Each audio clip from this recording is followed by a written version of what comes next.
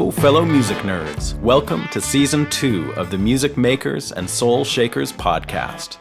I am your host, Steve Dawson, coming to you from the Hen House Studio here in Nashville, Tennessee. I'm a Canadian guitarist, songwriter, producer, and engineer, and I've been living and working here in Nashville for the last 4 years. A couple of years back, I decided to reach out to some of the amazing musicians, engineers, and producers I've met along the way to learn some of their more in-depth stories than what I'd been hearing elsewhere. So between March and August of this year, I'll be releasing a new conversation every Wednesday with someone who I feel has been involved with creating great recorded music. Feel free to reach out to me or leave comments at www.stevedawson.ca. And don't forget to subscribe to the podcast for free on iTunes. Now, let's get down to another episode of Music Makers and Soul Shakers.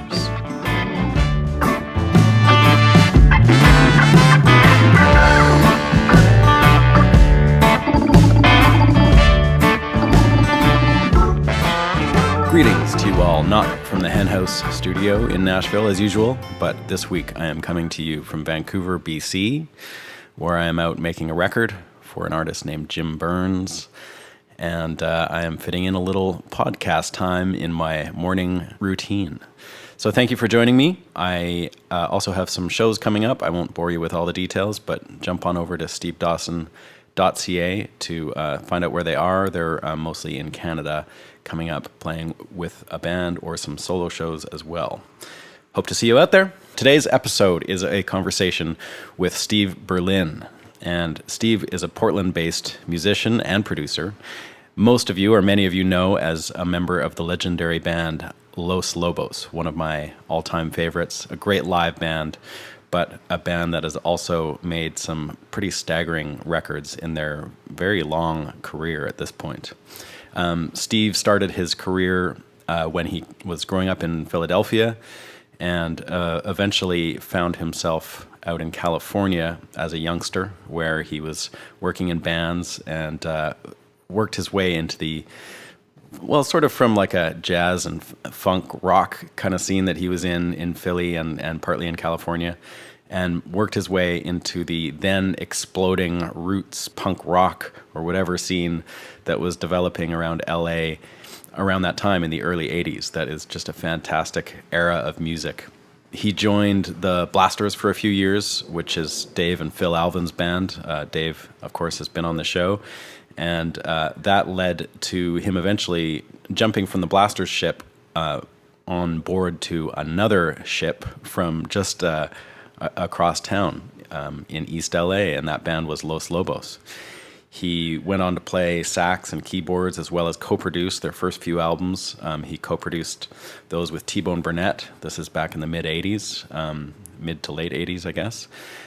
He won a bunch of Grammys with those, and you know, they hit superstardom with the success of the La Bamba soundtrack and their own amazing records. And then after making a couple records that Steve considers to be, you know, slightly derailing the ship, I guess they hit an incredible creative peak with the assistance of Mitchell Froom and Chad Blake on what I consider to be two of really the finest albums of the 90s in any genre, really, and those are Kiko and Colossal Head, both by Los Lobos. So Steve and I got to talk about the ups and downs of his long ride with the band, plus what led to his interest in studio production, and all kinds of interesting stuff, being on the road and you know, being involved in all these great records, getting an offer he could and did refuse from Ray Manzarek, and his just generally interesting take on a very full and ongoing career. So thanks, as always, to everybody for tuning in. And I would like to invite you over to the website of the show at stevedawson.ca. You can connect with me there, make comments on the show, and if you feel like contributing financially, please feel free to do so. That's the only way we have of keeping the show going. Also, please head over to iTunes to subscribe and tell all your pals to do the same. That is free, of course, and it just helps us promote the show a bit and get the word out there, the more people that subscribe via iTunes, so we would appreciate that as well. All right, now I'd like to tell you about today's sponsor, Union Tube and Transistor from Vancouver, Canada. They're known for guitar pedals with a focus on quality and simplicity. They build durable, repairable products that are as at home in the studio as they are on stage. I gotta say, I use these pedals all the time in the studio and live. I've got their Moore pedal and a Sound Bender pedal, and they both get tons of mileage on sessions and gigs. Great tones and the best fuzz effects going too. Check them out at www.uniontone.com. And now, without further ado, here is my conversation with Steve Berlin.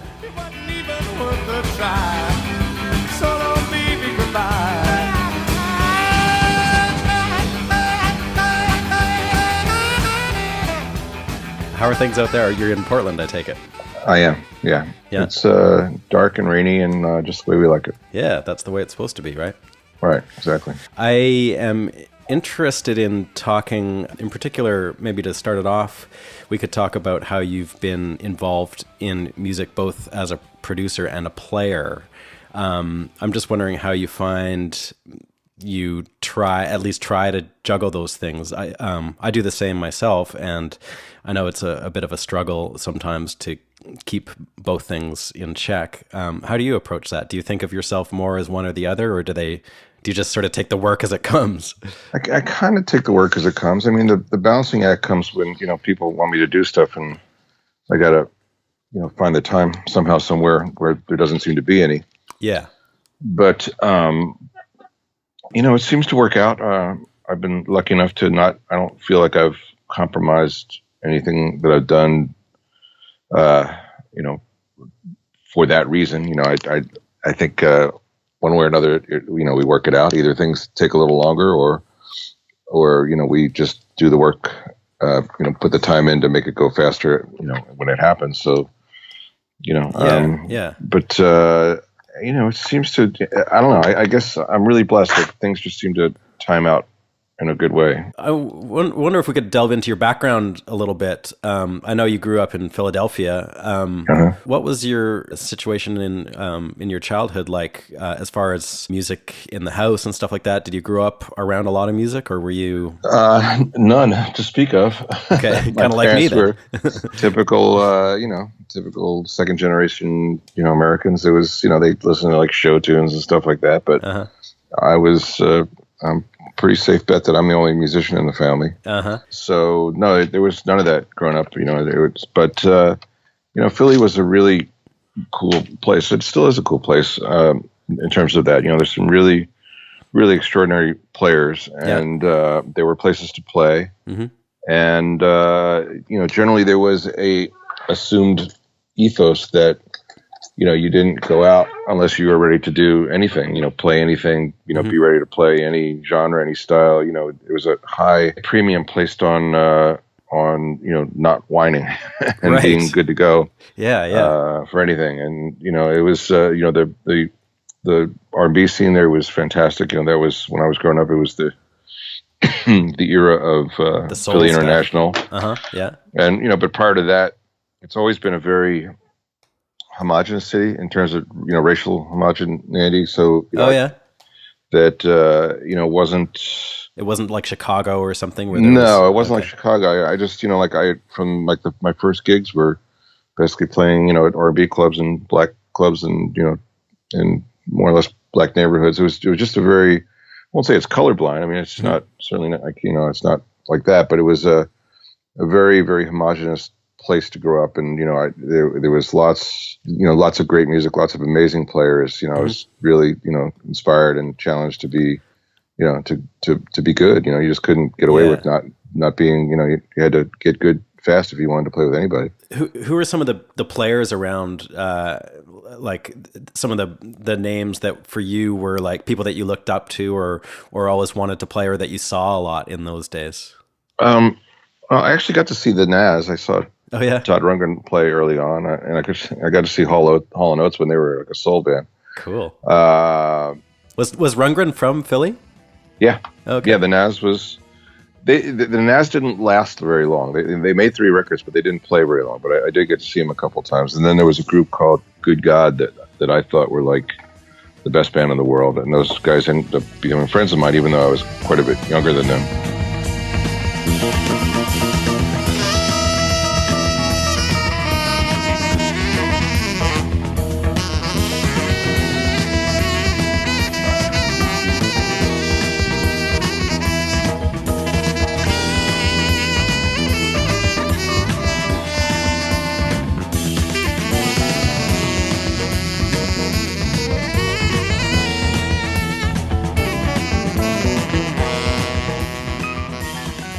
Springsteen was huge back then. I wasn't like I knew him or anything like that, but he was like a demigod in Philadelphia. A good Right. 6 or 7 years before anybody knew about him anywhere else, I think. Did you see him back? I did. Yeah, I did. Back in I got to see him at the main point, which is about as big as your living room. Full on E Street band. Yeah, early E Street band. Beauty. So it was a neat scene, and the guys that I started playing with a band called Skyline. They were all older than I was. And some of those guys actually played on some of the Philly International stuff. All of them are still musicians, interestingly enough. One guy is now playing with Todd. Okay. One of the keyboard players went on to play with Zappa for many years. Who was that? His name's R.A. Martin. Oh, okay. He was in the 90s era Zappa stuff. And so what was the scene like as far as were you pretty much stuck to Philly at that point, playing in bands, or were you touring? What we did was, no, we didn't tour, but we did have this for 2 years. Our bass player had this deal with a friend of his. There was an area, so everybody in Philadelphia, because Philadelphia got really hot and steamy in the summertime, everybody in Philadelphia went to the Jersey Shore for the summertime. Yeah. So at the time, this was before Atlantic City was casino land. It was very much a family area, and really? Then there was and south of Atlantic City, there were a couple of towns called Margate and Ventnor. Okay, and then there was like a marsh, and then there was a town called Ocean City, which at the time was about as big as Atlantic City, maybe a little bit smaller, but not a lot smaller, and that was a dry town. So in between Atlantic City, Margate and Ventnor, and Ocean City, which was during the summertime was a pretty packed scene. There was this area called Summers Point. And what Summers Point was literally just 4 square blocks of bars. There was no, it was just literally it was like the Wild West, literally. Right. I'm not sure. There might have been a police force. I don't think I ever saw one, but it was just sort of like, it was insane. And half the bars were open till 2 and the other half opened at midnight and stayed open till dawn. Holy shit. That's fertile ground for getting your chops together. And partying your ass off. Yep. So I was all of 15 when I started doing that. 13 nights out of 14, playing 4 sets. So yeah, you got pretty good. You had to get pretty good pretty fast. Yeah, we were pretty serious, and we got to play 80% our own shit, and we had good writers in the band. I mean, it was kind of like jazz funk, I guess you'd call it. I mean, but R.A., Bobby, called himself Bobby at the time. He was an amazing singer, and everybody wrote.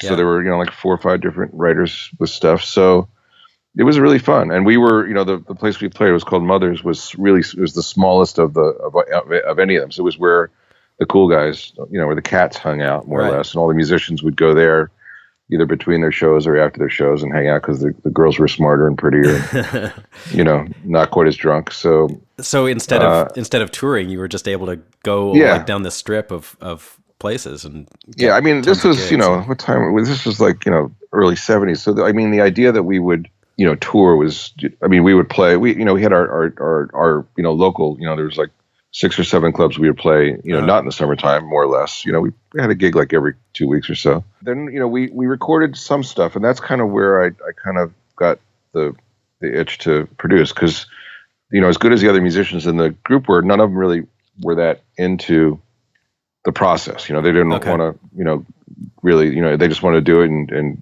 go somewhere else. So, so I got to just be a bug on the wall, more or less, and observe how things got put together. And at that point in these bands, were you playing just sax, or were you playing keys as well? Or no, I did not play. I was actually only playing soprano sax. So my thing was, really, I wanted to be. I started out as a harmonica player, and I got tired of only being able to play one key. So I loved Little Walter. So I sort of hooked up this thing with a soprano sax to make it sound like an amplified harmonica. Wicked.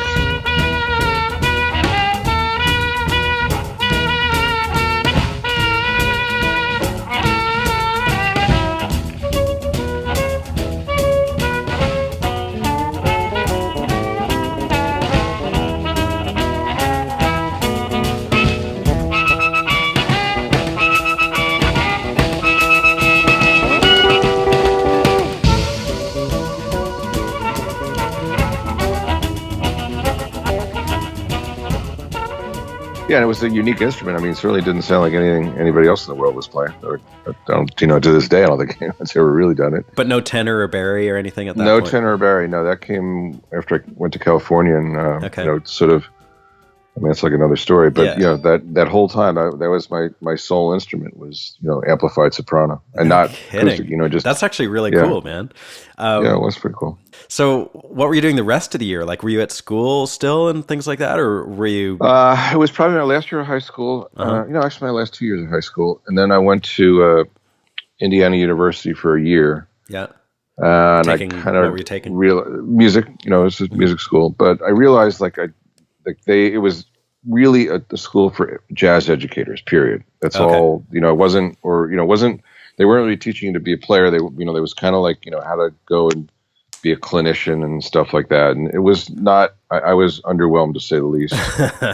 Right. Now I look back on it, I really wasted my time. I wish I would have applied myself a little bit. There was probably some cool shit to learn there, but I mean, like a lot of theory stuff that I just kind of completely, blew off. And right. So I spent a year there, and then I went back to Philly, and I was playing with. So there was a classic band in Philly called the Soul Survivors. They did Expressway to Your Heart, and they were the first and possibly only white band to ever be signed to Philly International. Right. I started hanging out with those guys. I wasn't in the band. But we would, when I went back to Philly, we kind of played together all the time. They would do their gigs with, the two brothers were the Charlie and Richie Ingwe were the actual Soul Survivors. But the band was, some really good players, guys that had played. The bass player played with Paul Butterfield for a while, and there was guys that kind of knew what they were doing. Again, they were significantly probably 10 years older than I was, at least, or 8 years older. Yeah. But we would play together quite a bit. And then they all moved to California. They all moved to LA in 74, I want to say, I guess, something like that, 74. Yeah.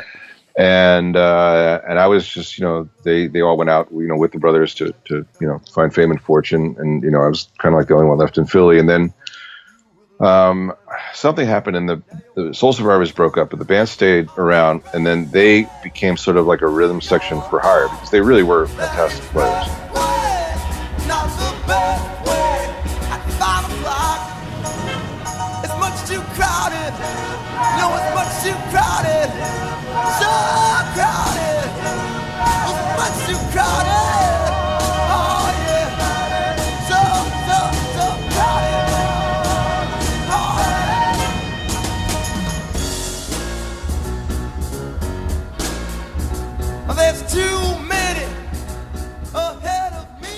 Not long after Soul Survivors stopped playing together, they got the gig playing with Billy Preston.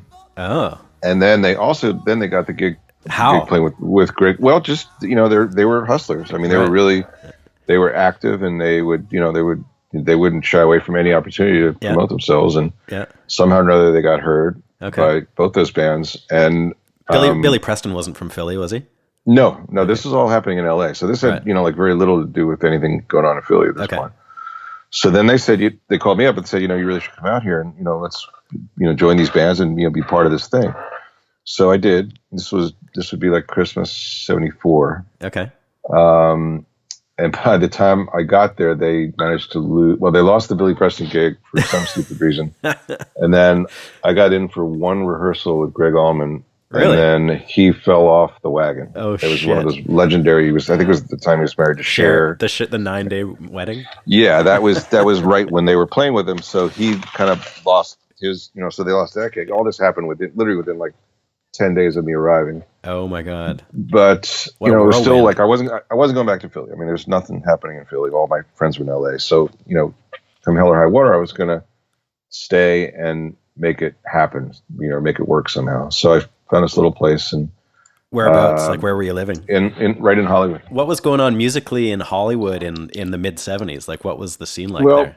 It was, for me, it was, I was always in search of Little Feat. I mean, I thought, they were like my Beatles, I thought, so that was, but there was so this would be like the era of like Boskag, Silk Degree. So it was kind of like the stuff that we were doing anyway. Yeah. So we put a band together, and we did demos with Robert Margoloff, which was, a it was a learning thing for me, like to work with a real guy and, got to see again, kind of how big time producers did their thing. What did you learn from those sessions? Well, Margoloff was a really interesting guy. He was very meticulous. Uh-huh. He was actually not very he didn't frankly want anybody hanging around just standing there watching what he did. So it wasn't like he wasn't, but he was, he was kind enough. And so we cut demos as this band, and we actually got signed to Casablanca. No way. Which was another, amazing thing unto itself. So this was also the era of literally, cocaine was, had replaced cash for most transactions. And our manager was a coke dealer who I think was Neil Bogart's dealer or something like that. So all like everything and everybody was all, it was all about blow all the time. Uh-huh. And but Casablanca was effectively a front for a major drug shipping operation. Basically, It was just like everybody that worked for him was either dealing or hustling or doing something related to that. And this is pre-disco, I guess, by a couple of years. This would be disco. This was all right. So all this stuff had basically happened over the next 2 or 3 years. So now this would be like 76, 77, 78 when all this is happening. What was the band called that you were in? So the band at that point so there were these two brothers, the bass player and guitar player were brothers. And really stupidly, we took their names. So it was called the Beckmeyer Brothers Band. Okay. So they're, for the hardcore, deep divers out there, there is a record on Casablanca that with me on it. We'll find it. All right.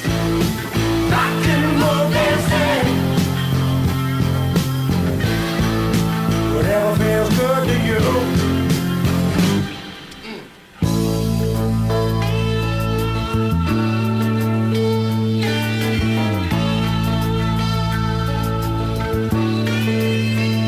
I've been in and out of love. Time goes by so fast. So this was my first experience with like really seeing a producer and operate. So they had hired, his name was Mike Brunt. Yeah. Chris Brunt. Chris Brunt, who he had produced later, not the hits, but some Moody Blues records that didn't, that didn't tank, but they weren't the big ones.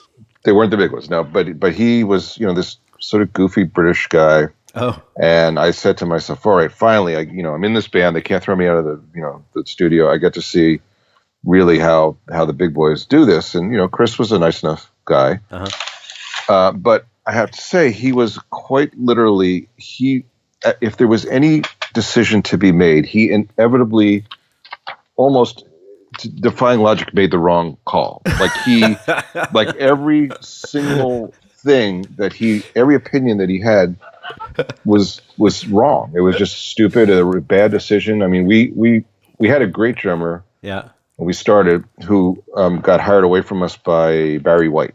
Oh. And this was like right after we got signed, so we had to make the record, and he wasn't around. So we got Richie Hayward, which was like my dream, my idol, Yeah. So we started rehearsing. How did Richie Hayward get in the picture? He was friends with the brothers, with Richie, or with Stevie and Freddie, the Beckmeyer brothers. But Chris didn't like his groove. This is what I mean by a guy who literally could not find his ass with a fucking magnifying glass. Yeah, Richie Hayward's not really known for grooving. Like, what am I, 19? It's not like I knew enough to know that he was an idiot, but it was pretty obvious that these are really foolish choices this guy is making. And then, we made the record, and his bad luck streak continued, and it was just incredible to me that he got a lot of money, a lot of blow, but it was just like and I said to myself, well, I could literally produce a session in a coma, and I couldn't possibly do any worse than this idiot. Yeah. At the time, like the stuff that we were doing, it was pretty obvious that ship was kind of sailing. Like this whole jazz funk, as good as the players were. And we were, I think the guys were really good. It was sort of like this, like I was hearing about all this stuff going on in Hollywood, like the Mask and this punk rock scene, and I became aware of this other thing that was happening. And these guys, again, were, I'm 19, 20, and they're, 30-ish. Yeah. So, and so I became kind of, while this was happening, I became aware of this other thing going on. and I started like, just kind of following, reading, listening, going to the clubs and seeing this other thing, this cool scene that was forming. So you're talking about like the Blasters and Beat Farmers. This was a little bit before that. Yeah, well, this would be like probably like 79. Yeah, so it's like 79 ish, and it's really just like the clouds are just starting to form into mass. So like there's a little thing going on here, a little thing going on there, but it was sort of like this thing that was happening, and I was slowly disassociating myself from the brothers and their band and that whole scene and all these, And you're still living in Hollywood at this point? I frankly was getting tired of living in Hollywood. My house was kind of like a kind of a flop house for a lot of guys that were, musicians passing through, good musicians, but, like stuff. And it was just kind of, I was ready for change. So I packed up and I moved to Venice, and I became friends with, it's a band. I just sort of like fell into a scene. So there were like a couple different clubs in Venice. I just sort of would go and meet and hang out and sometimes play with some of these guys. Mm-hmm. So there's a guy named Brian Beverly who was, very good. This is sort of, I guess you call this sort of, it wasn't really punk rock. It was more like new wave. It was very, it's kind of poppy. Okay. But he had, a bunch of songs, and he was a friend of ours. And, so we put a band together around Brian. Mm-hmm. And somehow or another, I let him talk, he let me talk him into letting me produce a record, or at least some demos. Okay. So I recorded some demos. Did you have engineering chops at this point? Yeah, I did not have No, I hired engineers. I've never really been, I don't really like engineering, to be honest with you. I mean, I don't like, it's always, I'm always a little nervous about missing something, but, I was a good arranger and I was a good idea guy. And I kind of, I was able to, I had, the main thing, as is, I had the ability to enact a vision. If I had an idea on how something should sound, I could figure out how to make it sound that way. Okay. So we cut the demos, and they came out really good. I mean, really good. Mm-hmm. And we got signed. They came to the attention of Paul Rothschild, of all people. Oh, really? The Doors producer. The Doors producer. Yeah. Who had very nice things to say about my work, which always, made me feel really good. And he ended up managing this band that I was in with Brian and a drummer named Gary Ferguson, who went on to play with the New Radicals. Oh, yeah. So he's the drummer on that stuff. And and what was this new band called? Brian Beverly. Okay. So it was just him, we were his band. Yeah. So yeah, I got to actually produce a record, a real live record. And that was my first one. It had nobody bought it, but it had, someone told me that, I don't know how they figured this out, but that record was the last 8-track made. Really? Yeah. The very last one was Brian Beverly's record, and they shut the plant down. Wow, no kidding. That's cool. Yeah.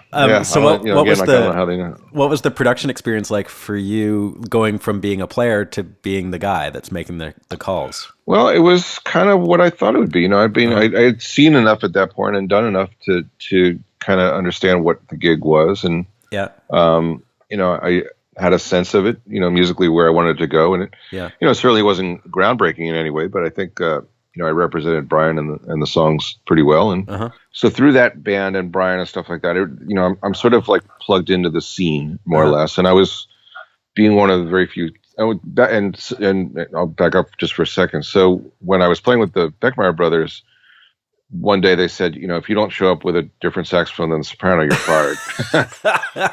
So I was just going to ask you that, but that's I got a tenor, and I started, I kind of, they were, it was, soprano's a lovely instrument, but when it's the only sound, it does get a little old, I have to say. I certainly understand their issue.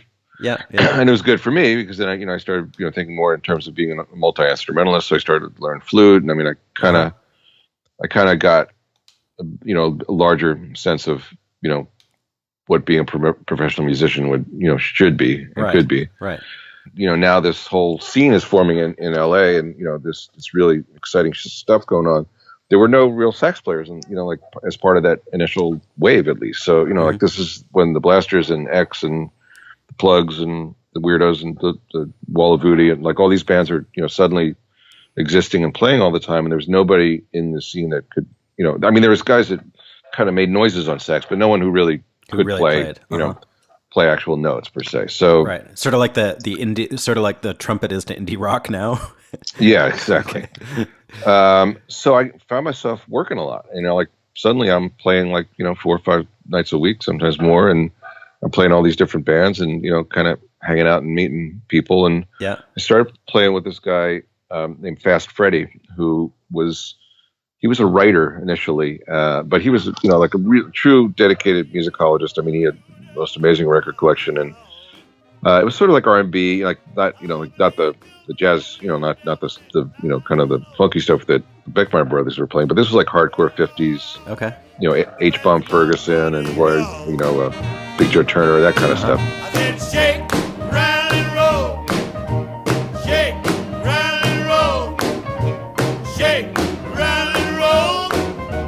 Shake, rattle, and roll. Well, you won't do right to save your doggone soul. Yeah, blood.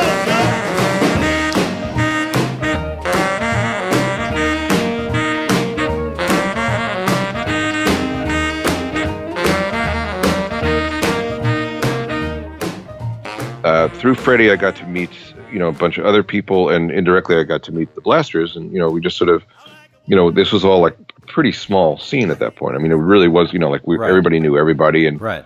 if anybody needed a sax player, I was the guy, and, so, we were all very close, and there was no money in it per se. So, it was just this very egalitarian and, really a lovely, lovely thing that when it Yeah. started. Were the Blasters fully formed at that point? Like, was The Blasters were fully formed, and Uh-huh. they were incredible, and everybody knew how incredible they were. And Yeah. a band called the Plugs were, I thought the best band in town at the time. Other people would probably agree with that. I mean, when they started out, the Plugs were incredible. So I started playing with the Plugs, Uh-huh. and again, all this sort of coming through and from Fast Freddy, being in his Right. band. Then I started playing with. Were you the only Danny. sax player in the Plugs? Initially, yes. Oh, in the Plugs, yes. And then I started playing with. There's this other thing that sort of really sort of amplified my thing. There was a guy named Top Jimmy. Top Jimmy. Fast Freddy. So Top Jimmy was really an amazing character. He was an incredible singer, and he got his name. He was a taco chef at this place called Top Taco. Mm-hmm. But he was really like a guy like right out of a Tom Waits song. Lived really hard, drank really hard, played really hard, but he was a great singer. And at varying times, like everybody in LA passed through his band, including David Lee Roth at one point. And Really? there was a band, but whenever he played, it was just like a party, Okay. effectively speaking. Yeah, yeah. So that's when I really got to kind of know and hang out with the Blasters and like a lot of other people in that era, because whatever Jimmy played, it was everybody went. It was exciting. It was exciting. Yeah, it was really fun. So they got to we opened for the Blasters a number of times, and we opened for X. Like we opened for kind of everybody in that era, because it really was it was not in any way unusual to have this blues band open up for a hardcore punk band. Right. We played for we played with the Circle Jerks and Fear, and Yeah, the lines were blurred a bit too, right? 'Cause yeah, some of the, because everybody was just like we're all experimenting. It was just everybody's experimenting with their identities, and yeah. nobody the oldest band on the scene had been together probably at that point a year, maybe not even. Right. Was the drug thing that was prevalent in Hollywood, was it like a big influence in that scene as well? Or? No, not even a little. No, Okay. that all kind of, when I left Hollywood, that all went away. I mean, people would party, but it wasn't like the whole Beckmeyer Brothers thing. That was just literally like nonstop all day, every day. Just coke every place, everywhere. Right. It's just everything. It was all basically around it. So no, but this other thing with people more, frankly, like my age, and more like aligned with what I thought the world should be and music should be. There was we're all kind of coming up at the same time. Mm-hmm. So I literally completely closed the door on that whole other thing. And then so I was working at a music store, and the phone rings one day, and it's Dave Alvin, and he says, do you have a baritone? We have a recording session tonight, and we're going to do this song that has a Barry part on it. Mm-hmm. And I didn't, but I said I did. And of course, good call. It's just I happened to be in the sax room at the music store, and there was one. there was one there, and that's still the one I play. Believe it. Really? Yeah, for real. So I went to that recording session, and that went really well. I met Lee Allen, who's one of my heroes. And, Yeah. do you remember what song that was? Yeah, it was I'm Shaking. And I'm shaking. Chill and a fever, I've been told, makes your head spin around and your feet run cold. I got fever. And I'm shaking. Feel like I've been run through the mill. I can't move around and I can't stand still. I'm so jittery. And I'm shaking. Samson was a mighty good man.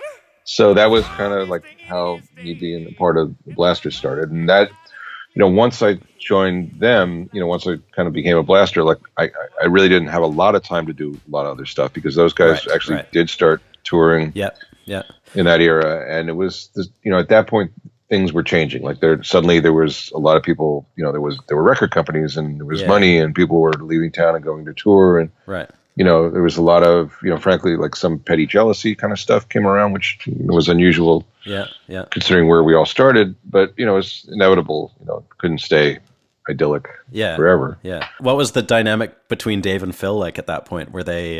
It was terrible. Really? I mean, it was... They would literally fight about anything. And it wasn't just them. Like everybody in the band with the exception of John Baez, who was not a fighter, but Gene Taylor and Bill Bateman and Dave and Phil, like any two of them would get in a fight over the stupidest thing. And when I say fight, like it wasn't like, fuck you. No, it was a fist fight. They liked to fight. They actually enjoyed physical, battling, and or at least threats of it. And, they would just fight about the dumbest shit in the world. But, I was happy to have a gig and, I was happy to tour and, I was making, they actually had a weekly retainer or some sort. Nice. Like, so it wasn't, so things changed again. And can you tell me about that session for I'm Shaken? Like, was that, were those records at that time done like really organically and live? And yeah, it was done live. The guys liked the sound of the tenor and the Barry together. And then, so then that started like a whole, was it like 2 years or so of touring with them. Hardcore. And they toured a lot. They played a lot. But, the saxes only played on they would, like it was a 20-song set. The saxes would only play on maybe 6 songs of the 20 songs. Oh. So, as a gig, I mean, I was enthralled. It was great. You got to travel and, meet girls and shit. But it was, it wasn't very fulfilling musically. Were you just off stage the rest of the night? Yeah, just hanging out. Hanging out with Lee, listening. Drinking with them or listening to them tell stories, and then we'd come up and do our songs. And wow, that was that. Yeah, wow. So it was as cool as it was, and certainly, and we were the talk of the town. Like everywhere we went, it was like a big deal to go see the Blasters. But at the same time, as a player, and certainly as someone who wanted to produce records, it wasn't like this is the gig of my life. Not a great use of your time. Yeah, this would be so about 78 or so. I met this a Dutch director named René Daalder, Daalder, and René was kind of an amazingly visionary guy. He could see things that were going to happen way, way, way, way before anybody else. And he saw. So this is before MTV, and he said the world is going to completely change around music videos. The whole thing is going to be about music videos. And he had made some money and had achieved a reputation making some movies in Holland and came to LA. And he was the brains behind a group called the Screamers, who were really, the LA scene would not have happened without the Screamers. They don't really get a lot of credit because what little recordings there are not really very good, but they influenced everybody. And they were, because they were really, really ahead of their time, like really, like super intense visuals, and it was sort of like a circus when they played. So they, like the visual aesthetic that they had was super, it was really inspiring, and that was all René. So René found this building and turned it into a video studio with a recording studio. And in exchange for working on his Screamer stuff, I got to have the recording studio. I got to take it like from like 1 a.m. till 6 a.m. And there were a couple of us that would do that. Like he hired Flea, among other people. So really? Flea was one of the guys that had this deal, and a guy named Steve Hofstetter, who went on to play with the Plugs after I left. Was Flea then, or was he? Flea was Michael. Okay. He wasn't Flea quite yet. Yeah, he was Michael Balzer. Yeah. And he wasn't quite the personality, but but we didn't really work together. Well, it wasn't like he just had this. Rene was kind of like a Svengali character, so it wasn't like he would just have people do stuff, different things for different projects. I got to produce this Top Jimmy record in exchange for my toil on Rene's records, and that too came out really, really good. What's the name of that record? Pigus Druncus Maximus.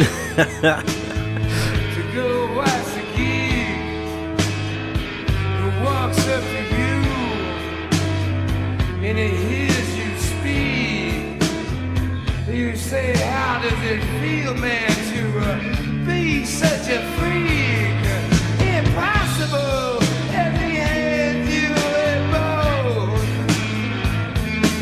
And now you positive something's happening, but you don't know what it is. So I did the record, and it got somehow or another. It got to Ray Manzarek of the Doors. Really? Ray says he wants to meet me. So I said, okay, Ray Manzarek of the Doors. And so at this point, he had produced a couple of the X records. So he was the guy basically. He was like the guy that everybody wanted to work with, and because we all kind of worshipped X. And so he calls me into his office, and I walk in. I'll never forget this. So he's eating like chicken gizzards out of a paper bag. So this bag is like the room stunk of like chicken, innards. Garbage. And he's got this greasy bag sitting on his desk, and so it's like this whole Hollywood moment. So he goes, I heard this Top Jimmy record, and I really like what you did there. He goes, well, I think I should produce it with you. I'm like, Ray, that's very nice of you to ask, but the record's done. We finished it. It's mixed, it's mastered. He goes, no, you don't understand. I want to produce it with you. And he's just like staring me down. It like took me forever to realize that he just wanted to stick his fucking name on it. What? Like it was going to be, that he thought it sounded good enough that he could have done it. Frankly, it sounded better than any fucking record he did. Wow, what a cheesy, shitty move. Yeah. So after I kind of realized that's what he was actually saying to me, I kind of had to say, Ray, I sweated my fucking balls off to make this record. I don't think that's going to happen. Yeah. And very unfortunately, because Jimmy and a couple of other guys in the band were so enthralled with the idea of having Ray's name on the record, even though he literally would have absolutely nothing to do with it. Yeah. It went into we went into this sort of like stalemate for a while. So the record actually, as finished though it had been, it didn't come out for a better part of a year because I wasn't going to back down. I mean, I worked hard to make that record happen. I was not going to sign off give on it to this shit. fucking clown who, frankly, I wasn't that I didn't think his record sounded very good at all. I thought I loved X, and I thought the record sounded kind of shitty, to be honest with you. Yeah.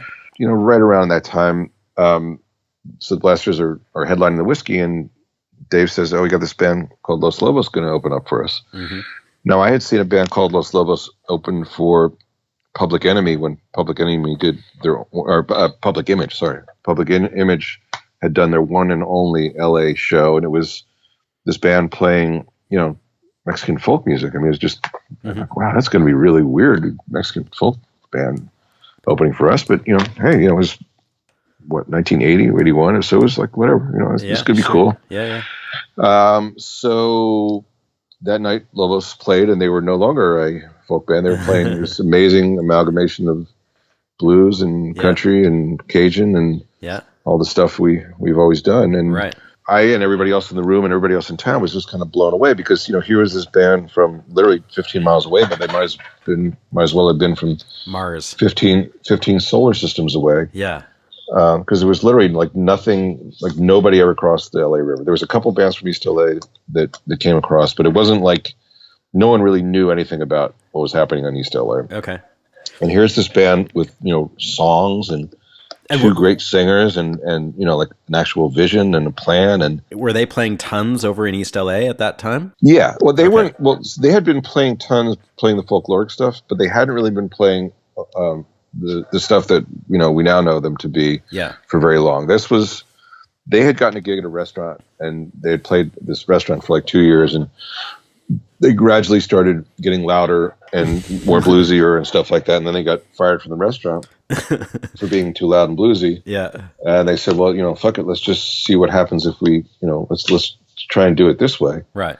And that's roughly the era when I meet them. And had they dropped the acoustic trad stuff completely, or were they mixing pretty it much? in? Yeah. They had dropped it. No, they never dropped it, but that they, this is what they wanted to do. So they were gonna make a go of it in this, wild cauldron that is the LA music scene, playing, this weird hybrid of rock, blues, folk, country, Cajun, everything else stuff.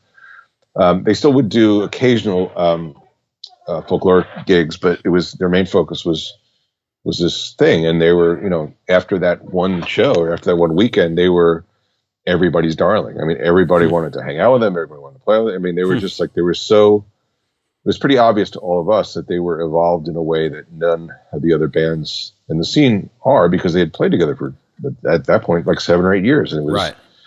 And they were, really interesting guys, and, they knew their shit. And they said, some of these songs we're playing have sax parts. You want to learn them?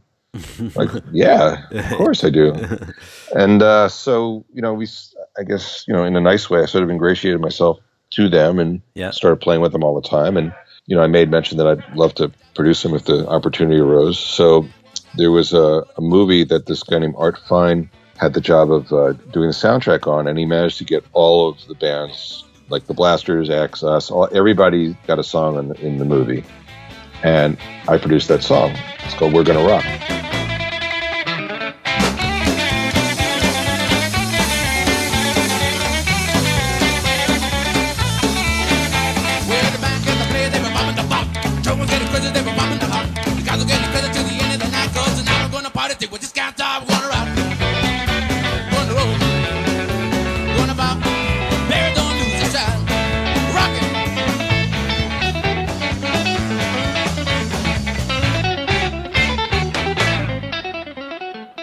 Because everybody in town was so madly in love with Lobos. At that point, I'm still playing in the Blasters, by the way. Okay. But, everybody...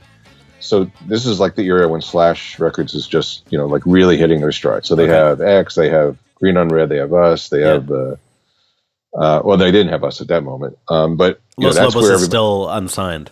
Yeah, we're unsigned, but everybody is saying to Bob Biggs, you have to sign Los Lobos. You have to sign Los Lobos. It's just not negotiable. You have to sign Los Lobos. So I think because Bob was afraid that no one would ever invite him to their parties anymore, he signed Lobos. Yeah. And based off the demo that you did? It was actually based off the scene. I mean, it wasn't it wasn't the demo. It was like that song came out on the soundtrack of this right. Okay, yeah. horror movie.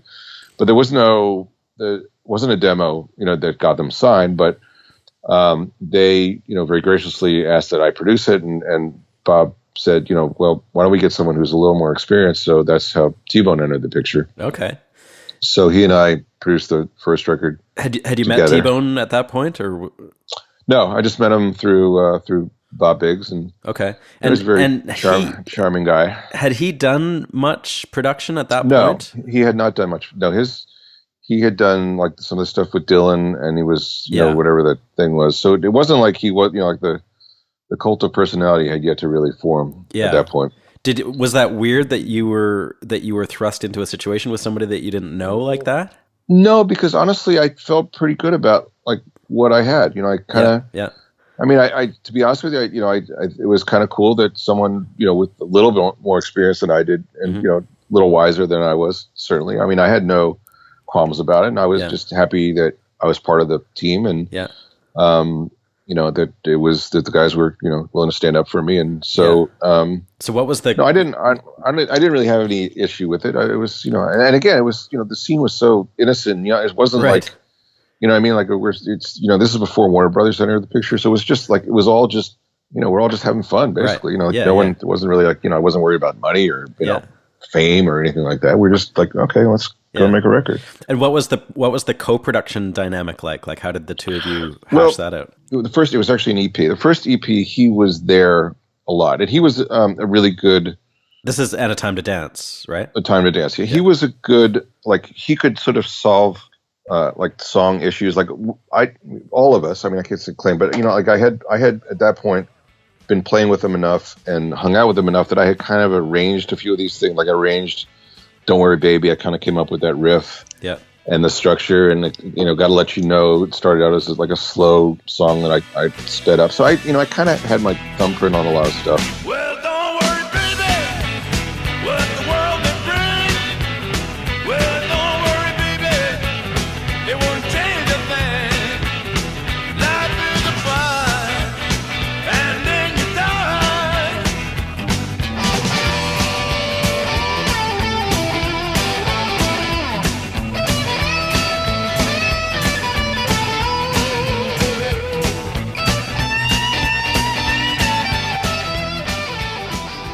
When we started the record, I was still in the Blasters, and then by the time the record came out, I was pretty much a full-fledged Lobo. So, and it did really well, like way better than anybody, certainly way better than Bob Biggs thought it was going to be. And then was that the biggest thing Slash had done really at that point? I think the Blasters records were probably bigger, but we had certainly gotten a lot of attention for an EP. It was a lot of, like, we won a Grammy. I mean, it was like, like nobody thought a Slash record was ever going to win a Grammy for anything. That was like, why an EP? Honestly, because Bob didn't think that, we were going to last, and he didn't want to put the money into it. Really? Like he really didn't believe in Los Lobos at all. He did not think that we had anything. That he really thought, and he as much as said that, like, he thought that Green on Red, who he signed at the same time, that's the one that was going to make him $1 zillion. He thought that Green on Red was like Tom Petty and the Heartbreakers. He really thought that that was going to be the ticket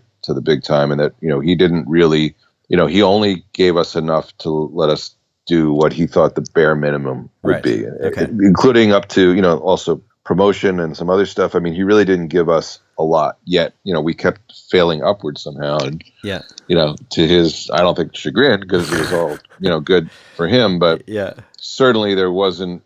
That's my rationale and why there was an EP and not a record. Okay. But it was obvious that, it was, we had something and it was happening, and then he kind of had to step up, and then Warner Brothers entered the picture, and then, Bob effectively faded a little bit out of the picture. I mean, at that point we were dealing with, Warner Brothers people, not really dealing with Bob and his partner Mark, who was, like a thief, like I won't say he's a world-class criminal, but he was like basically in charge of cooking the books. Okay. The Grammy win must have catapulted you guys into a bigger deal and a lot more recognition, right? Yeah. So it was a big deal. And we, at that point, we were touring like nonstop, and we were getting a lot of good things happening. It was like a lot of cool shit was going on while this was happening. And I also got to produce the first Faith No More record not long after. That as well, which was also a blast.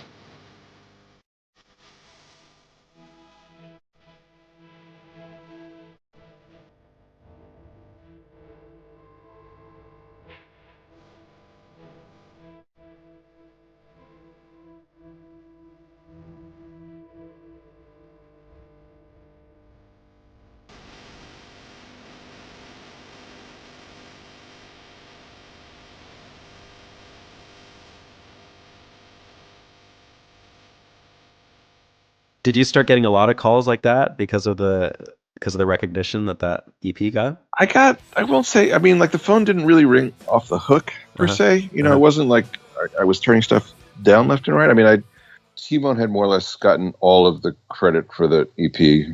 So he's that cult of personality has actually started. And which is obviously something that wasn't totally accurate. No, certainly not. But, I mean, the guy, he's good at what he does, and he certainly is a master communicator and a master storyteller and a master charming guy. And, it wasn't mysterious to me that, he was, that was happening. And I wasn't jealous. I mean, we were working on it together. I was just happy for him. I was also playing in his band. I played on a couple of his records, and I was cool. Actually did some shows with him. I mean, we were still pals for quite a while, but then we started doing We'll Survive, and kind of that's where we started to see the the T-Bone that everybody sort of knows now. Like he started he kind of stopped showing up, So I was doing, I would say, probably on balance, like certainly more than half of the work. I won't say I did 100% of it, but So he would sort of show up and set the scene, and then you would take over. not even he would not even show up. No, it was like I was doing it all. Okay. He would show up on occasion and have a thing or two to say. And when he was around, it was cool. They weren't bad ideas, but then he would just like literally just go away, and we were wow, we would just carry on. And I how did he get away with that? Ask the hundreds and hundreds of people that he's worked with since. He hasn't changed his act any, as far as I know. It's exactly what he's always done. Wow. Okay. I don't know. I mean, I've since spoken to him. There was a lot of bad blood there for a long time, but you know what? He's really good at what he does. I don't like how he does it, but the records are successful and they sound good. And he's done some stuff that really has changed the culture, and you got to give him credit for that. Oh yeah, totally. And I don't, to be honest with you, I don't know how you do it when you're not there, but that's how he does it. So I don't know. Okay. It's not the way I would do it, but I can only say that, it's hard to argue with the track record. But this is kind of what's happening. So the record gets made, and it does. There's more Grammy nominations. It's Record of the Year. We're Rolling Stone Band of the Year. You're on Warner at this time, direct? Yeah, we're on Warner. I mean, it says /Warner, but it's we're like just one of the bros there at Warner's, and that was a good place to be then. Like mid '80s, and stuff like that. So, and then like I'm producing some other cool stuff. Like I think I guess the hip record came like in the early '90s, but how did that come about? What was your Canadian connection there? I had done the Crash Test Dummies first record. Okay, that was a huge record. Yeah, the first record, the second record was bigger than the first record, but it was huge in Canada. Yeah, and we were part of that first roadside attraction tour, so we were hanging out together. Okay, yeah. And they, I guess they liked what I'd done, and so we just started talking about stuff. And what struck you about them as a band that? Well, here's what's so fascinating. Like I had no idea. Like I really didn't know who they were. I mean, I really didn't know. And I'll never Hardly forget, anyone does that's not Canadian. I know, but I was producing Stephen Fearing. Okay. I don't know if you know. Yeah, and I know him well. Yeah. So I was in the studio. So I'm in the Armory studio with Fearing, and I just made mention that, hey, this band, the Tragically Hip, is talking to me about producing the record, and literally everybody in the studio just stopped. It was like one of those mannequin moments. Like they're all just stopped and they're looking at me like, "What did you just say?" I said, "Yeah, this band Tragically Hip," and they're just like everybody in the room, like it was like the assistant engineer, everybody. Their mouths are literally on the floor, like, "Are you kidding?" The Tragically Hip, and like that's kind of when I kind of got the notion that this is not just another band, but as an American, like we had no idea, and it's not like I listen to Canadian radio or watch Canadian television. Like I had no clue, how important they were and had you signed amazing on they were to their project without realizing how big of a band they were? I was talking to them without realizing how big of a band they were, and then I kind of got the notion when I went to the record store and I saw that all the hip stuff everywhere. And as I talked to more Canadian friends, like became aware of how big a deal it was. But I have to say that my approach to it all, like I could have gotten really kind of snowed under with all that stuff, but I approached it like they were, because in many ways they were very much like my band. They were, like same kind of vibe. Like there was four guys that played together since they were teenagers. And like exactly. So I decided that that's how I was going to approach it. That I wasn't going to. It's not. They're not the Rolling Stones. I'm going to treat them just like I dealt with the guys in my band. Like I kind of became a band member effectively, even though I didn't really play on very much. But I wanted to be deep in their culture, and we were going to do this thing together. It wasn't like I wasn't not Phil Spector. I wasn't I don't claim to have all the ideas, or I'm certainly not writing the songs. So I'm just let's work on this cool thing together, and let's see if we can have some fun and some laughs and make this thing that sounds like a live living thing. And that's that was, I think it was the only way to kind of get them to in a weird way. Like the thing about them was they had what was it, like 6 records or 5 records before me, and it was sort of like they had developed this thing. Like they were so patterned, like they this is where they set up their guitars, this is how the guitar sounds, this is how the amps sound, it's like this is where Johnny goes, this is where it's like they all had their corners And the guitars, I just remember that, man, they really sound a lot alike. I mean, they're great. Paul is a great guitar player, and Ronnie's a great guitar player, but they're both playing Mesa Boogies and they're both playing Les Paul. So it was just like, sort of a wall. Yeah, it was a wall, and the parts weren't, they were effective, but they weren't imaginative, and they weren't like, I just said to him in as many words, we could do a lot more texturally if these guitar sounds sound a little different than if they sound like one's just a treblier version of the other one. Right.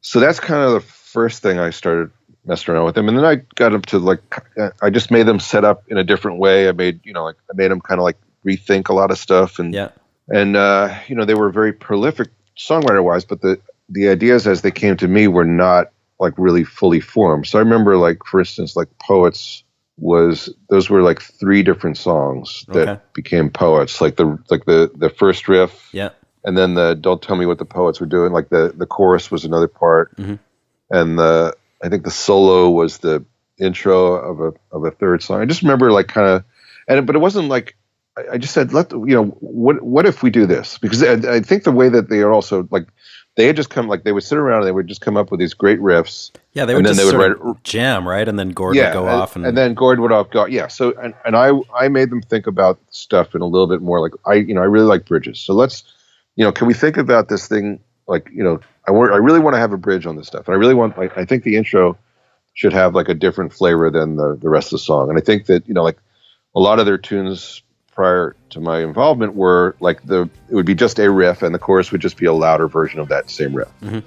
You know what I mean? New Orleans is Sinking and, a couple other ones.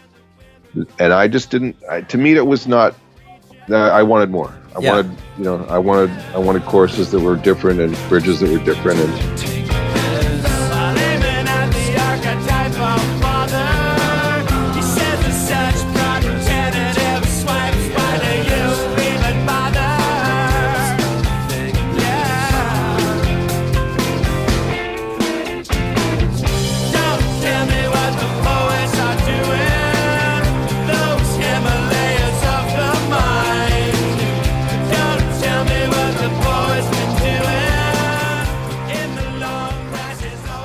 How did they respond to that? The first record, they were actually more amenable to my ideas than they were on the second record. Okay. First record, and it was just, we were doing it at the bathhouse, which was kind of like their clubhouse, and I was just living there I've worked there.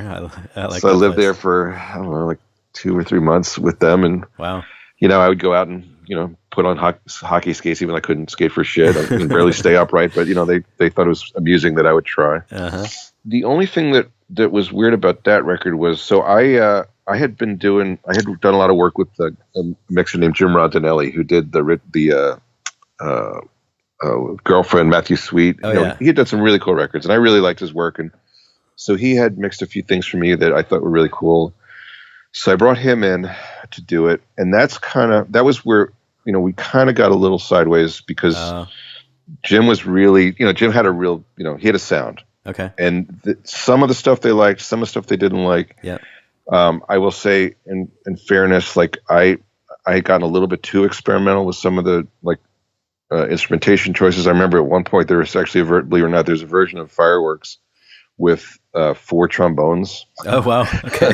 playing the down down down. It's like not quite what Canadian rock radio expected. No, and I didn't keep a copy, but I think it's probably really cool. Oh, I'm sure it's really cool. But they were kind of like looking at me funny a little. Like we were still getting along great, but it wasn't. Like some of my choices at that point were a little bit too outside for their sensibilities. Right. And Jim didn't have any other gear but Full Speed Ahead, so like some of the mixes were a little outside for them. So they went back to Don Smith, who had mixed some of the other stuff without me around. Like basically, hey, we want to see what Don's going to do with this. And I didn't care I thought Don had done some great work, but I didn't at all like what he had done with the hip stuff. And really, I thought it was kind of strange, and he had taken some of the really cool stuff and taken it out.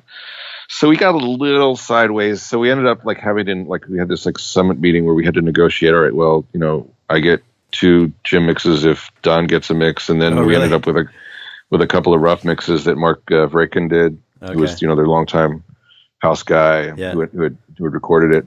Sounds messy. But it was a little messy, and but I love those guys. I will always love those guys. It was never, even when we were like arguing, it wasn't, I never got to the level of a Blasters level, argument. It was just sort of like they were, Canadians. They were just very kind and gentle, and they were uncomfortable with some of the choices, which I get. Again, I'm in a band just like them. I know, sometimes some people pushed our buttons the wrong way. I understood it.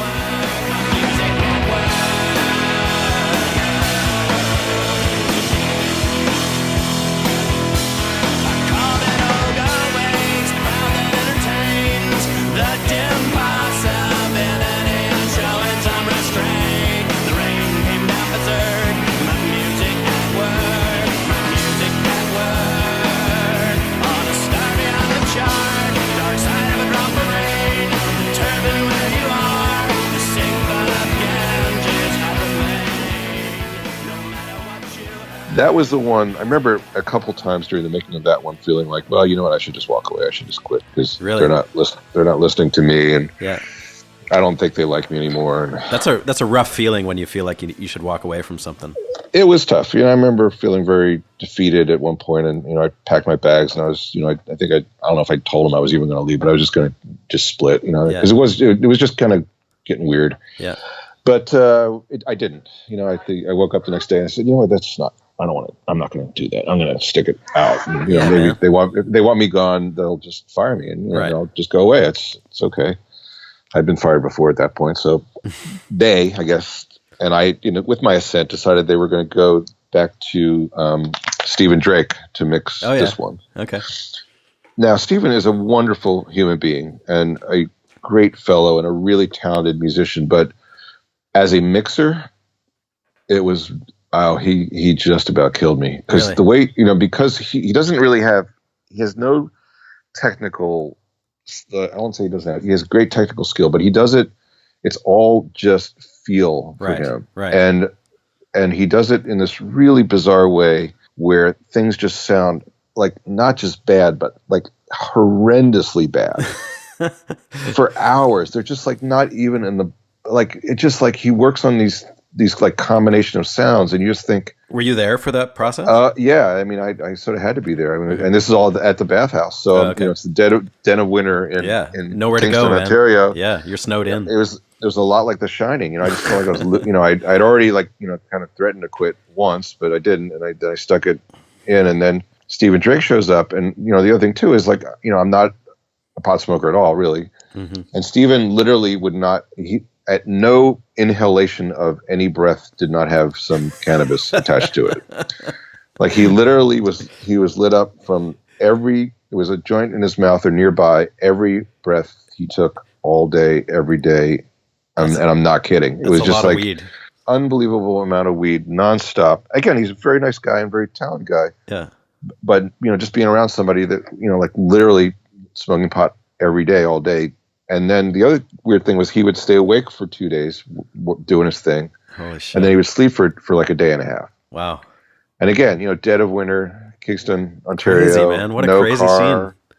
6 feet of snow. Yeah. Did they have a TV? I don't even remember. It's Stephen's process. So it would literally just sound like horrendous for hours and hours and hours, and pot smoke. And the only time he brought his telescope, he had like a full on like astronomy, like a giant case, and this huge telescope. So like he would go take a break and go outside and look at the stars in his telescope, smoking a joint, come back in, go back to work, smoke a joint. And then, but the weird thing is but then all of a sudden the mix would come into focus, and it would just sound amazing. But It would be like landing.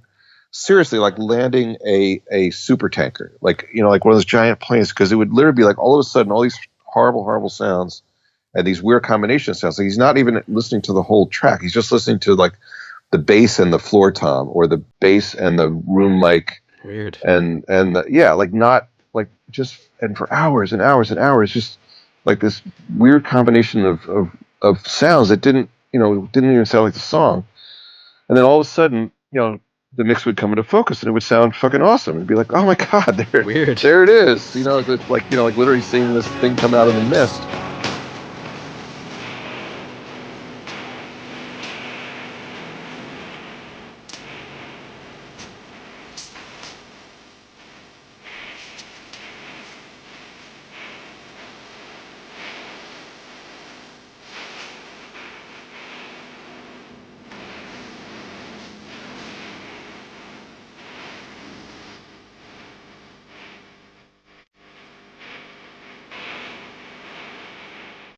That was a tough one. That was one of the hardest, Wow. Crazy. toughest experiences of my Yeah. producing career.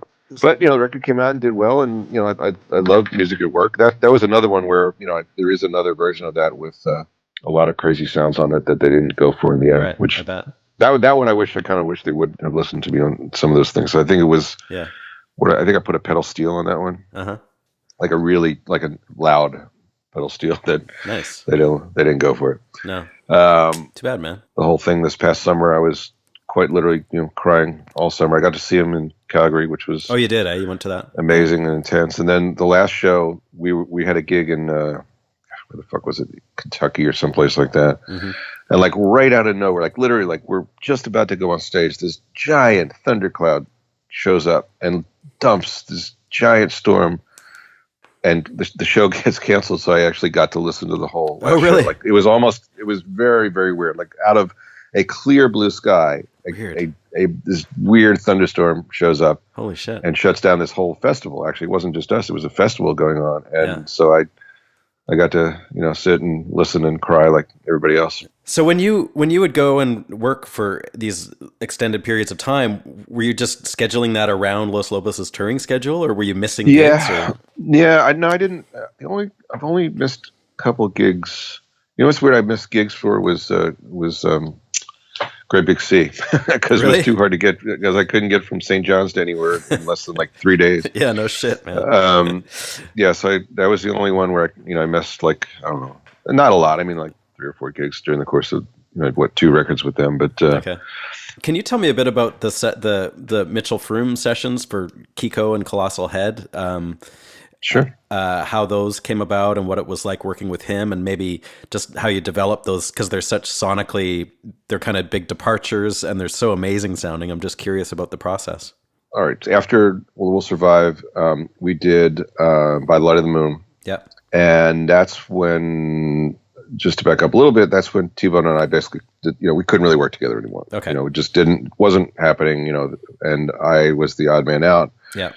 So, while we had started working on By the Light of the Moon, and then this weird little movie project comes up, and so my job became working on that while the guys were working on By the Light of the Moon, and nobody thought that La Bamba was going to be anything. Right. I mean, it was a guy with a first-time director, right? A cast of people that had been doing like literal like community theater in the swamps of Central California. Yeah. Nobody knew any of these people. The story really wasn't that compelling. A 17-year-old kid, writes 18 songs and dies in a plane crash. It wasn't, there's nothing about it that made you think, oh, this is going to be a giant hit movie. So effectively speaking, I was, banished to working on this piece of shit movie. Really? Is that how it felt? Really?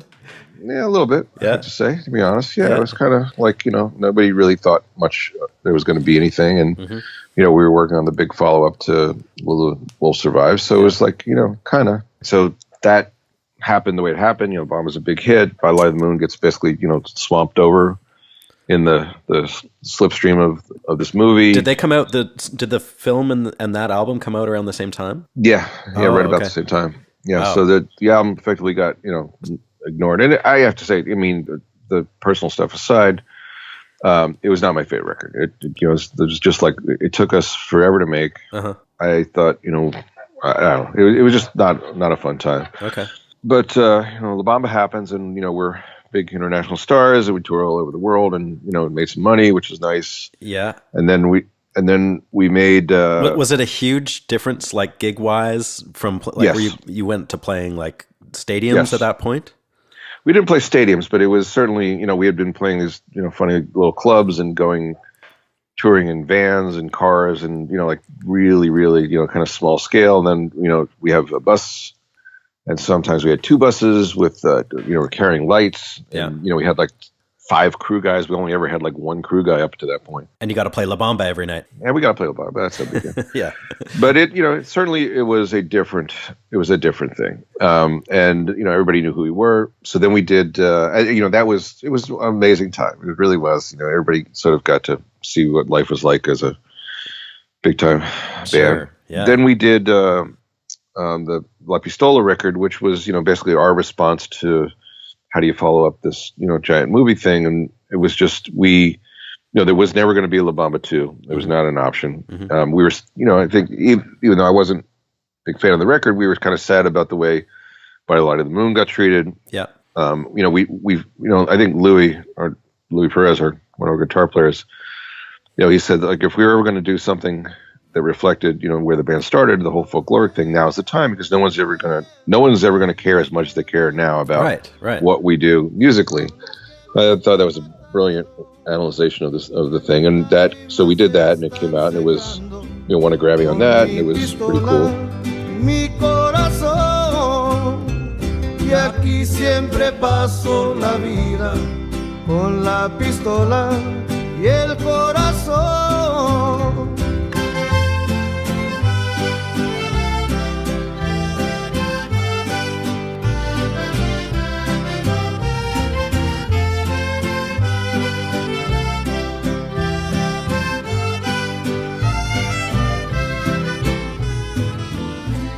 All right, so then came time to make what was going to be the Neighborhood. Yeah, so the Neighborhood. All right, so here's the story of the Neighborhood. So we came to realize that T-Bone, the whole disappearing act had gotten really old. So he's out of the picture, and I wasn't, at that point, I wasn't going to produce the records anymore. It just wasn't, once you're in a band for that many years, you're just too close to it. You're too close to it. They see me at my worst. It's just like you don't really, you kind of lose your magic act, when people see you on the road drunk and stupid and belligerent. Yeah. So it just, and frankly, it's just, you can't, it's really, really difficult for a band like us to listen to anybody. It wasn't just me, but we're at that point, we had success. So we gave the job of producing the Neighborhood to Larry Hirsch, who had engineered By Light of the Moon and most of the Wolf record. And we love Larry. Fabulous engineer. I just actually listened to something he did last night. I'm going to be working with the Blind Boys of Alabama, and nice. I actually listened to a record that he mixed. It sounded amazing. It was just like I forgot how good that guy was. But this would be Larry's first production, and Larry, wonderful guy, wonderful engineer. He just took he just thought he had to be a different person to do this. Like he kind of lost his, his thing with us, and for instance, he thought it would be smart for us to rehearse and play the songs live before we went into the studio. On paper it doesn't sound like a bad idea, sort of a traditional idea. Yeah, but not up to that point. It was not the way we had certainly never done that before. And so basically what ended up happening was that we were kind of tired of the songs by the time we came to record them. Really? Yeah, to be honest. We'd sort of played them out. They weren't, they had lost a lot of stuff. And then when we came time to record them, Larry was really, really afraid that, if anything, in his mind, if there was anything slightly flawed about any part of the record, that it would be the end of his career, his now, non-existent producing career. Right.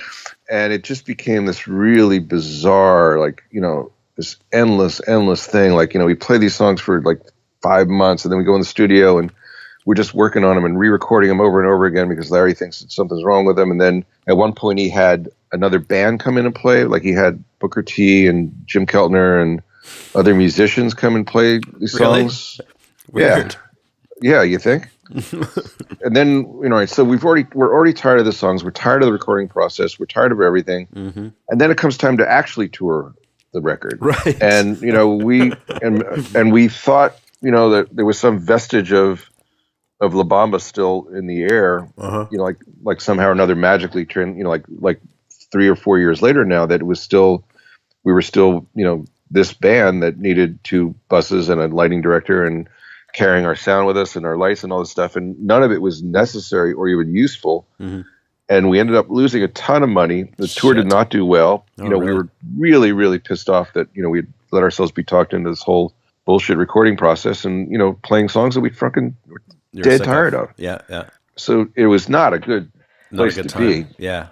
So we come back from this whole thing. We're broke. We don't like the music we just made. We kind of feel like we wasted this whatever goodwill came from the whole Obama thing, and we're like high and dry. Like, what the fuck do we do now? Right. With that kind of attitude, we started working on Kiko. And so this one, we were just going to do some demos because at that point we had kind of lost confidence in ourselves, to be honest with you. Really? So we cut some demos at the studio called Paul and Mike's, which was downtown LA before downtown LA was like the grooviest place on earth. And it was like right on what's called the Nickel, which is like the literal Skid Row of, like the Skid Row of Skid Row. I mean, it's like this really, really horribly depressed, very, very sad place. Like families living in boxes, not exaggerating. And the studio is right there, like right on the Nickel.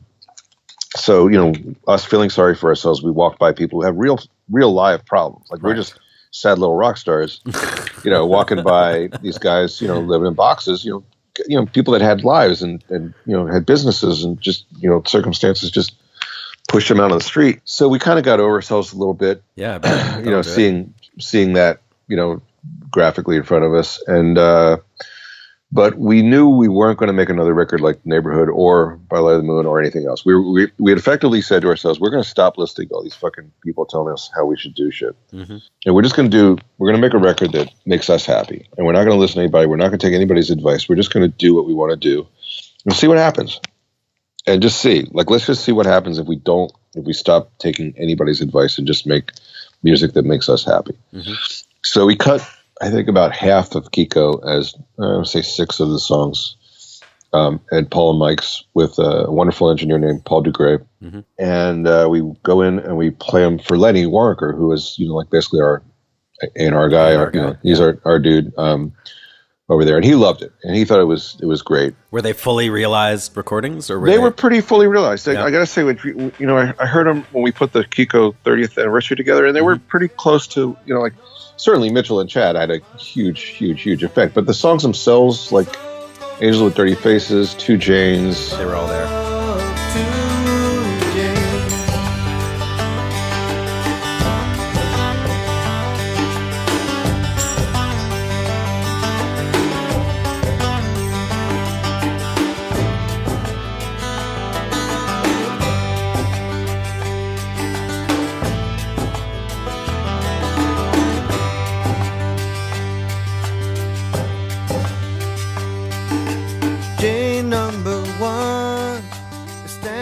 Kiko is not. It wasn't called Kiko. Kiko. That song was. That was.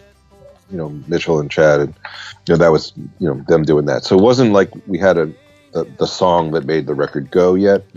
But the ideas were there, and the weird sort of space was there, and the the sonics were you could hear where we were going with it. Did you feel like you were trying to get away from being a bit of less of a live band situation and more experimental? Yes. Yeah. Okay. Yes. Definitely all of those things. Yes, we didn't want it to sound like anything we had ever done before. We didn't want it to sound like anything anybody had ever done before. Plays and plays, still playing till he goes off to sleep.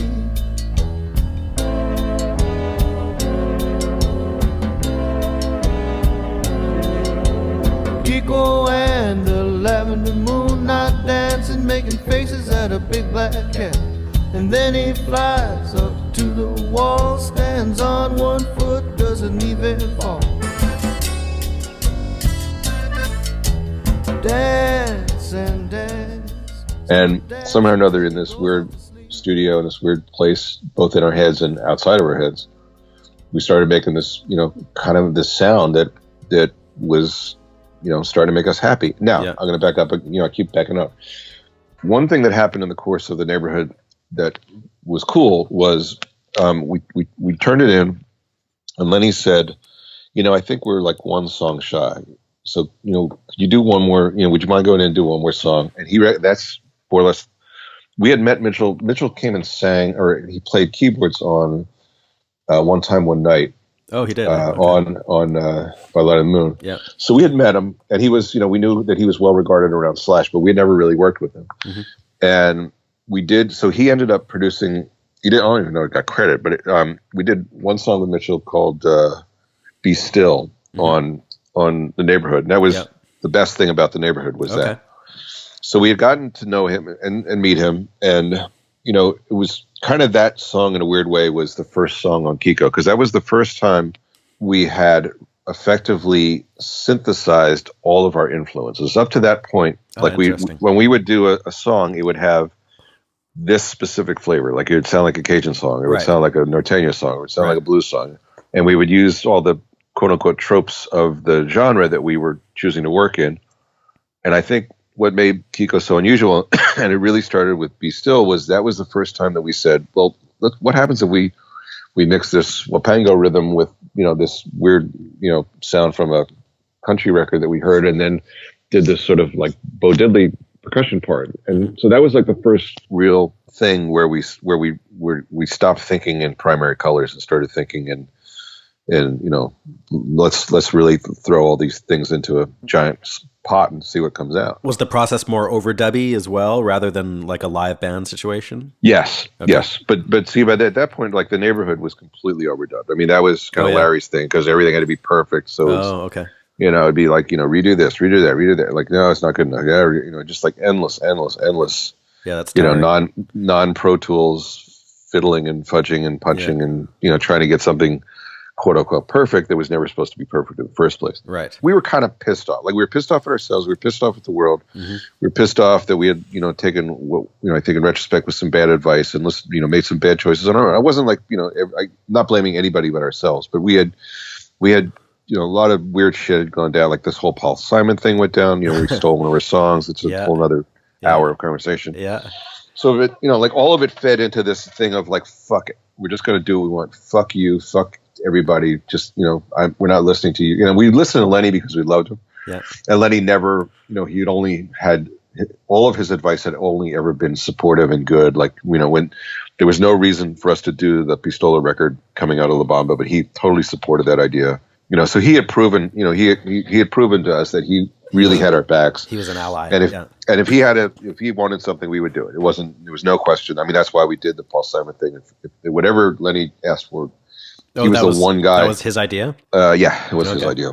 That he was the only person that we gave, whose opinion we gave a shit about. Mm-hmm. Mitchell and Chad had just come off of a Pretenders record, and that was evidently, Chrissy was very, she wasn't in good spirits, and they had a brutal time. So they came out of it like we were all kind of like similarly pissed off. Like none of us were particularly happy with anything.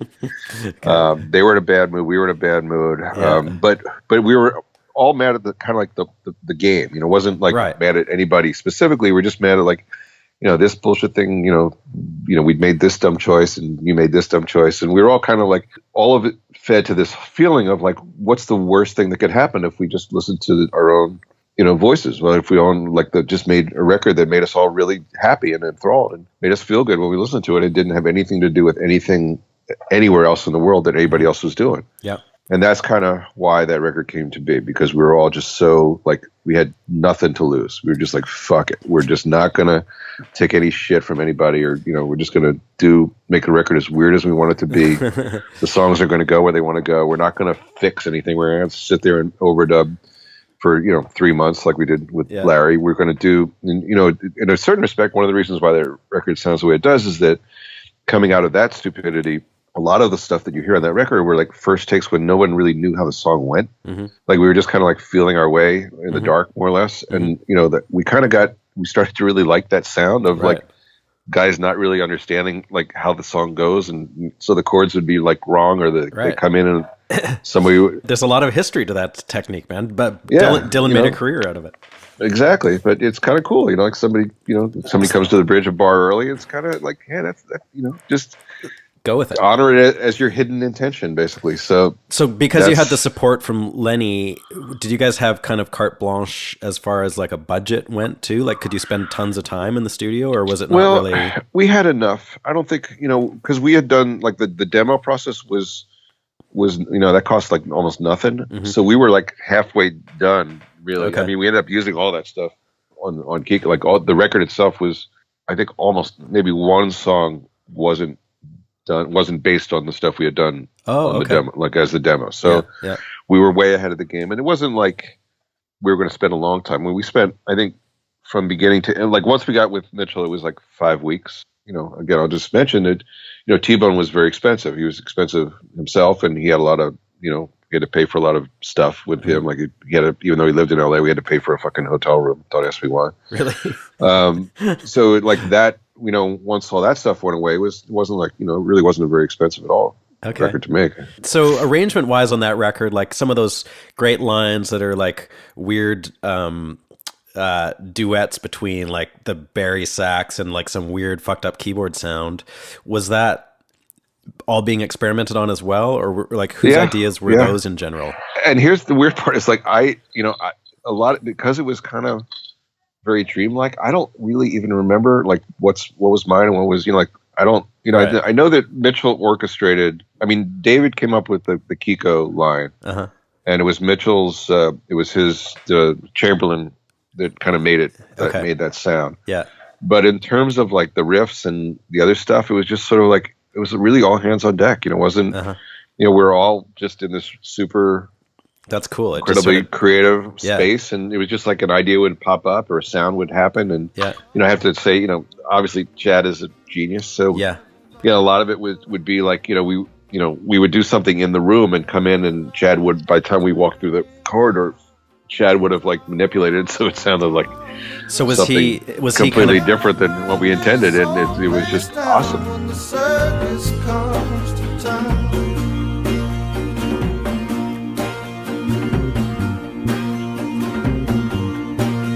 left your name carved on a tree, scratch mine out right in front of me. Didn't mean that much. So he was like distorting and reamping things in real time. Yes. Wow. Yeah. Cool. Everything that you heard on the record was happening more or less effectively. It wasn't like stuff that was treated after the fact. A lot of it was like we were going for textures from the word go, and a lot of that actually started at Paul and Mike's. I mean, that was kind of where we went. Well, we started the demo process was, started messing with, pedals on everything, pedals on drums, pedals on vocals, pedals on saxes, like that's kind of where we started. And then it like went to by, factor of 1,000,000 once, we got with Chad and Mitchell and, we all liked it. And then like every day became like, how could we out weird yesterday? Like, you know what I mean? Like what? So we'd all like, spend an hour before the session going to pawn shops trying to find, weird pedals or weird keyboards or, some bizarre thing that we would then figure out like a tube. I passed by this construction site. I grabbed this air conditioning duct. What do you think? Like, let's hit it. Let's turn it into a drum. Oh, I know. Let's stick a mic in it and put it up against the kick drum. Like, it was just like the right moment. It was like almost everything stuck. I don't remember like after the other like the two records prior where we'd have to start over again and ideas would just kind of go into a ditch and you throw them away and start over again. I don't remember ever throwing away anything cool from Kiko. I mean, there were like when we did the 30th anniversary, there were no outtakes. Right, it was just all there. Really, like it was like nothing. The only thing that were there was the pre-Mitchell and Chad stuff and the then their stuff, but it was it wasn't like wow that's really cool how they really and like wow it's pretty close to what it ended up being. It just sounded way more interesting, but it wasn't like the ideas were dramatically different. You mentioned that you were there for 5 weeks. In that time, would you have all been basically set up as a band so you could go in and like play together, or was it kind of like by the time you were working with Mitchell and Chad, were you just experimenting and doing weirder stuff? I don't think honestly there was not a lot of us playing like 5 in a room or 6 with Pete. We had Pete Thomas. A lot of it would be like Dave and Pete would start it, or Mitchell might play along with something just to sort of create a vibe. In my memory, there wasn't a whole lot of the 5 of us playing together on either that one or Colossal Head was a little bit more 5 of us playing together, but it was just the nature of how the ideas were coming. Like the ideas would just be like there'd just be like this real sketchy, like it'd just be a chord progression. Or just like a something that was just kind of like in Dave's head mostly, or something David Mitchell came up with, and they start playing it, and then Pete would come up with something, and then it would turn into a thing, and then Louis would take it away and do the lyrics, and come back and make it happen later. So it wasn't it wasn't a lot of us all five of us in the room together. And was everyone on the same page? Like, was it all like everything was sort of ticking at that point, or was there any resistance to some of the weirder stuff? It was a little, understandable weirdness, resistance to some of the weird stuff, but nobody said no. I mean, everybody was like, well, that's kind of different, but nobody was being, dickish about it or right. That's too strange. I mean, it was obvious that there was something interesting happening. Yeah. And it wasn't really until the very end of it, we sat down and we listened to the whole thing, because we would tend to work on like one song and kind of see it through, and then start another one. And we, I just remember, and Louis tells a story of like all of us sitting down and listening to all of the mixes, like finally on one day, and nobody said a word. Like we all just kind of got up and wandered out of the studio. Nobody said anything. Like nobody, we didn't even quite understand what it was we had done ourselves. Like, yeah, I bet. Like what just happened? Did you? We knew we liked it, but it was like none of us were you like, unsure about what people would think of it, just because it was such a departure? Very. No, we weren't. We knew it was going to change the perception of the band. We knew that we'd probably lose some of the fans that liked the older stuff. But whatever. We weren't going back. We had decided that whatever was going to happen that way, and if we just literally shot ourselves in the foot, well, we're going to stand behind it, because we felt better about that than we had felt about anything that had happened. Right. Certainly anything that happened during the neighborhood. So when you handed that record in, what was the label's reaction to it? They, Lenny loved it. Oh, cool. And I think it was, like the timing was right. That it was like people were ready to hear something a little bit different. Yeah. And certainly coming from everything that we'd come through, that it was, everybody sort of perceived it as a pretty giant leap forward. And I just, that was still, the glory days of Warner Brothers, when they had some really, really good people. And Colossal Head, I mean, it feels less epic to me, but still such a great record, and such memorable performances and stuff. But in a weird way, that one, I have to say, that one might be my favorite record of all. Yeah, because I love it, man. That one, the story on that was, so we had, just prior to starting it, we had done Desperado with Robert Rodriguez, like his movie. Okay. And with Rodriguez, he, so when you see a movie and somebody scored a movie, movies say like it's an hour and a half long. A movie with a lot of score might be 50 minutes of that 90. Right. If you think about it, like when you actually hear music, and when the music stops and people are talking, or there's something that happens that, the story's advancing, that's a lot. 50 minutes for a movie is a lot. Yeah. 60 would be a lot. Right. Robert wanted 90. It was end to end music. His movies are literally non-stop. And he would want to beforehand, because he liked to shoot to it. He liked to actually listen to cues as because he does, I think P.T. Anderson does that too, I think. Yeah. But he was doing everything. He was shooting, he was editing, he was literally the one-man shop. Right. But he had sucked every idea, any little tiny big, anything that resembled a musical thought was sucked out of us to populate Desperado. Okay. And that, so that ended on Friday, and then, Monday we were supposed to start Colossal Head. Okay. So we're just we were exhausted. Yeah. I know I was exhausted. And we were out of material. We didn't have a single fucking thread of anything to start this record with. So I remember we walk in the studio and we're like, oh boy, what? Yeah. And Dave, to his great credit, goes, well, what would Jimmy Reed do? And it was sort of like, we're all sitting there, we're like, he would drink. Okay. Yeah, what would Jimmy Reed do? Yeah, that's an interesting thought. Like, and that's really how it started. Like, okay, well, he'd probably write like a real simple riff. And what was the first thing that came out? Probably Colossal Head. Mm-hmm. That song. Yeah.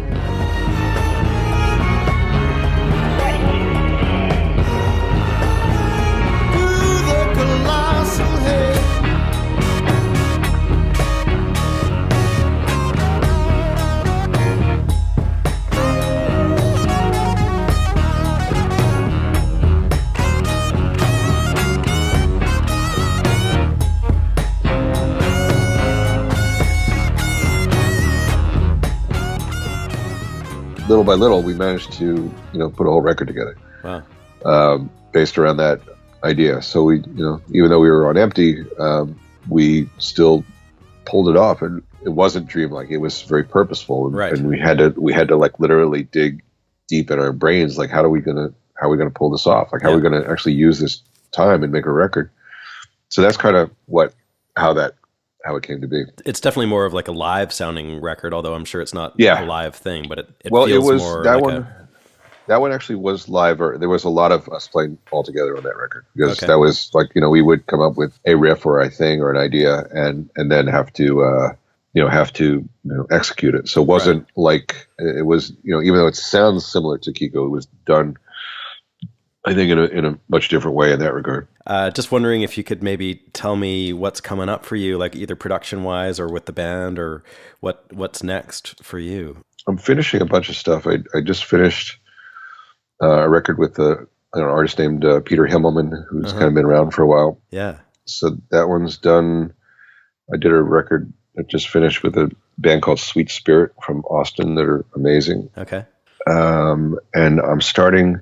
So I've actually done this really interesting thing. I'm doing a record with a poetess from Calgary named Sherry D. Wilson, who does sort of like, I don't know, it's hard to describe, kind of like somewhere between the Last Poets and word jazz, I guess, if you're familiar with the Ken Nordine stuff, where it's like she's reciting poetry over effectively, these grooves that kind of go on for a while. Yeah.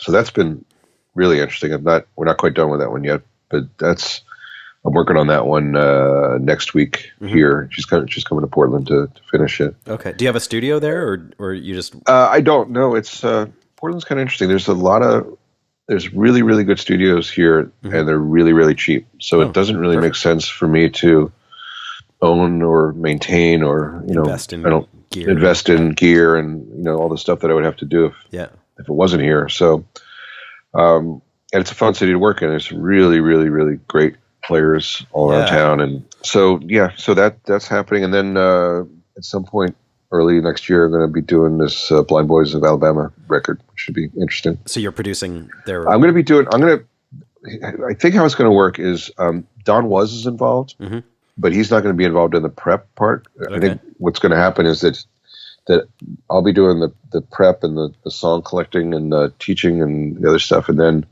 whenever it comes time to actually make the record, we'll be doing it together. So I guess we're co-producing. We haven't really worked out the thing, but he's a fan, and I have no issue with it. I think it should be fun. Man, that'd be awesome. What about Los Lobos? Is there any recording on the horizon? Honestly, I don't think so. I mean, we're not talking about it, and we're not. It's going to be. I don't know. We'll see. I don't know the answer to that. I'm not sure when the next Lobos thing is going to be. The last record was, I will say in all honesty, not a lot of fun to make. Really? I still have the, kind of like childbirth, I don't want to go right back into it. Right. Yeah, you need a little distance maybe. When the pain is fresh. So we'll see how I feel in a year or so. But, right now we don't have a record label. There's no one asking, no one waiting for us to start one. So I don't know. We're in that weird place. It's like, do we need another record? I mean, I ask that question a lot. I mean, does anybody care if we do one? I mean, how much does it matter? It's weird. I don't know. I think a lot of people are asking that these days. Yeah. Yeah, I know. I'm sure they are. It's, a band where we're at, like our where we're at in the world. It's like, do our fans care? I mean, I'm sure they'd love one. And I think the answer to that is definitely, but yeah, you have to feel inspired for sure, and it can't just be a thing that you do just for the sake of it. Right. Yeah, exactly. The real story there is it is. I mean, it's definitely fertile, but it's not. It doesn't come easily to anybody, especially Dave. He just doesn't. I know he doesn't enjoy it. It takes a long time for songs to come out. A lot of, we do it well, but a lot of ideas get recycled and stuff that didn't make prior cuts, comes up again. So it's not, right. It's just, we've been around for a long time. I mean, we made a lot of records, I guess, we have the right to feel this way and the right to do it this way. Well, I really appreciate you taking the time, man, and talking to me about this stuff. It's great to hear your side of things and such a great history and, going way back to those days in LA and Philly and stuff. So thank you for doing that. My pleasure. Coffee in the air, safe behind the glass, smells coffee in the air. Well, that was a lot of fun speaking with Steve Berlin. I hope you enjoyed that conversation. And I look forward to bringing you another episode next week. So please subscribe to the show on iTunes and join me next week for another episode of Music Makers and Soul Shakers.